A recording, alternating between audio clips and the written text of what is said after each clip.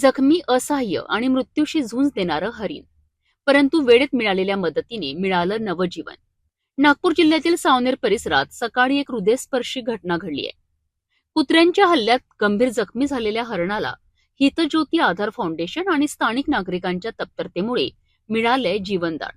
सकाळी साधारणतः 6 वाजताची वेळ. सावनेर परिसरात काही नागरिक मॉर्निंग वॉकसाठी बाहेर पडले होते. तेवढ्यात त्यांच्या नजरेस एक हरिण पडलं. परंतु ते दृश्य अत्यंत वेदनादायक होतं. हरिण गंभीर जखमी अवस्थेत होतं. कुत्र्यांच्या हल्ल्यात त्याला मोठ्या प्रमाणात इजा झाली होती. प्रत्येक क्षण त्याच्या जीवासाठी महत्वाचा होता. अशा परिस्थितीत स्थानिक नागरिकांनी तत्परता दाखवत हरिणाला सुरक्षित ठिकाणी नेऊन बांधून ठेवलं. यानंतर सामाजिक कार्यकर्ते हितेश बनसोड यांच्याशी तात्काळ संपर्क साधण्यात आला. माहिती मिळताच हितज्योती आधार फाउंडेशनची टीम क्षणाचाही विलंब न करता घटनास्थळी पोहोचली. हितेश बनसोड यांनी लगेचच वनरक्षक दिनेश पडवल यांना माहिती दिली. तसेच कडमेश्वर फॉरेस्ट विभागालाही सतर्क करण्यात आलं.